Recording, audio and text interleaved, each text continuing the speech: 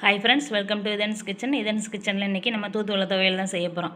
இந்த துவையல் பண்ணி சாப்பிட்றதுனால நமக்கு வேர்வை தடமன், தலை பாரமாக இருக்கிறது, நெஞ்சு சளி, தொண்டை கரகரப்பு இதுக்கெல்லாம் ரொம்பவே நல்லது. வாங்க எப்படி செய்கிறதுன்னு பார்க்கலாம்.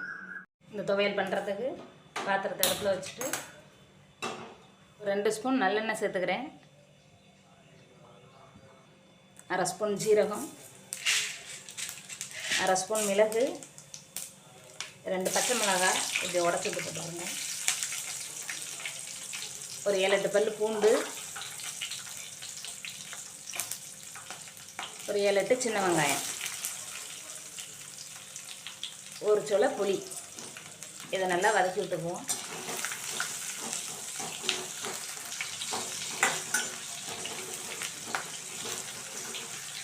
தேங்காய் நான் வந்து ஒரு கீத்து சின்ன சின்னதாக அரிஞ்சு எடுத்துருக்கேன். தேங்காய் நமக்கு வேணும்னா சேர்த்துக்கலாம், வேண்டாம்னா ஸ்கிப் பண்ணிடுங்க. இது துவையல் கொஞ்சம் கூட இருக்குங்கிறதுக்காக தேங்காய் சேர்க்குறது தான். மற்றபடி இந்த இலையில எந்த ஒரு கசப்பு தன்மையும் இருக்காது, ப்ளைனாகவே அரைச்சிக்கலாம்.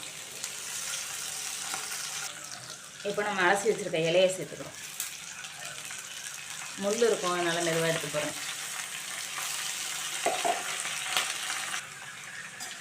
ஒரு வதங்கினா போதும், ரொம்ப வதக்கி இந்த இலையோட கலர் மாறக்கூடாது. இது ஒரு சுருட்டி விட்டுட்டு இப்போ கேஸ் ஆஃப் பண்ணிடலாம். இதில் இருக்க சூட்டுக்கே இது சுருண்டு வந்துடும். அவ்வளோதான். இப்போ கேஸ் ஆஃப் பண்ணிவிட்டு அரைனோன்னா அரைச்சி எடுத்துகிட்டு வந்துடுவோம்.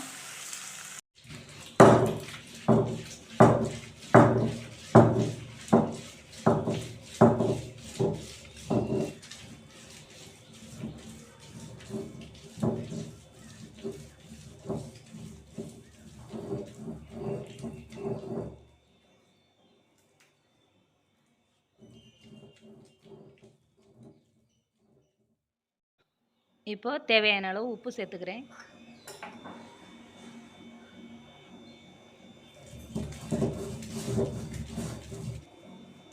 மசிஞ்சிருச்சு. இப்போ வலிச்சு எடுத்துக்குவோம்.